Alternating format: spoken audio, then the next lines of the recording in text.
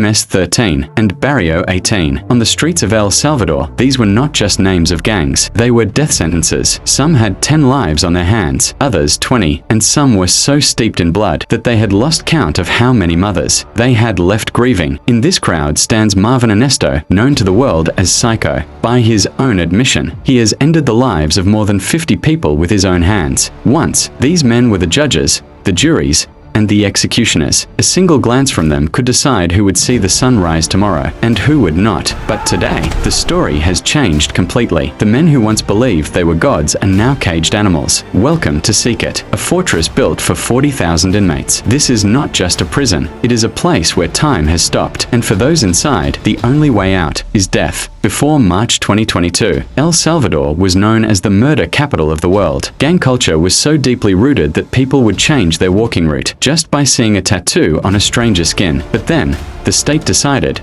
enough was enough. A historic crackdown began. In just 16 months, 70,000 people were arrested. This is not a small number. It represents nearly 2% of the country's entire adult population, now locked behind these walls. When they were transported to this fortress by bus, you could see the fear in their eyes, the exact same fear they once inflicted on the innocent. This mega prison was designed with a single purpose: absolute isolation. Spanning 410 acres, it is a world of its own. 19 watchtowers monitor every second. The perimeter is guarded by electric fences carrying 15,000 volts. The security is so tight that body scanners check the inmates all the way down to their bones. There is no chance for a memory card, a phone, or even a tiny note to slip through. It is a vacuum where no outside signal enters. Even the air seems to need permission to get in. Look inside modules 3 and 4. It feels as though individual identity has ceased to exist. There are only numbers here. Everyone wears white shorts. Everyone has a shaved head. In a single cell,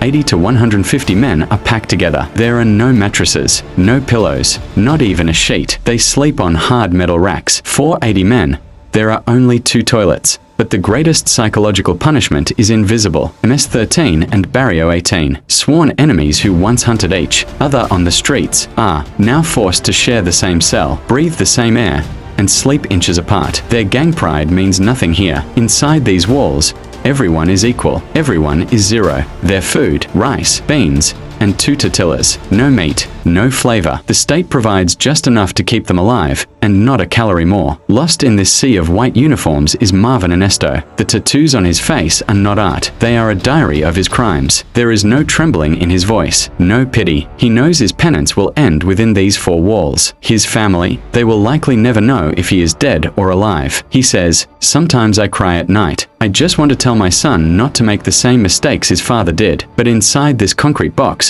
there is no one to hear him cry. And for those who try to break these strict rules, there is the isolation cell, a room of total darkness. No concept of day or night exists here, just a concrete slab to sleep on. A man is left alone with nothing but his own thoughts. 4 days, 4 weeks. It is a punishment designed to shatter the human mind completely. El Salvador has changed. The murder rate has dropped dramatically. People now walk the streets without fear. Children play in the parks again. But this peace has been bought at a price paid by the 40,000 souls inside CECOT. Their lives have become a living tomb. Some call it a violation of human rights. Others call it justice. But one thing is certain, in this part of the world, the punishment for crime is not just imprisonment. The punishment is oblivion, being forgotten by the world forever.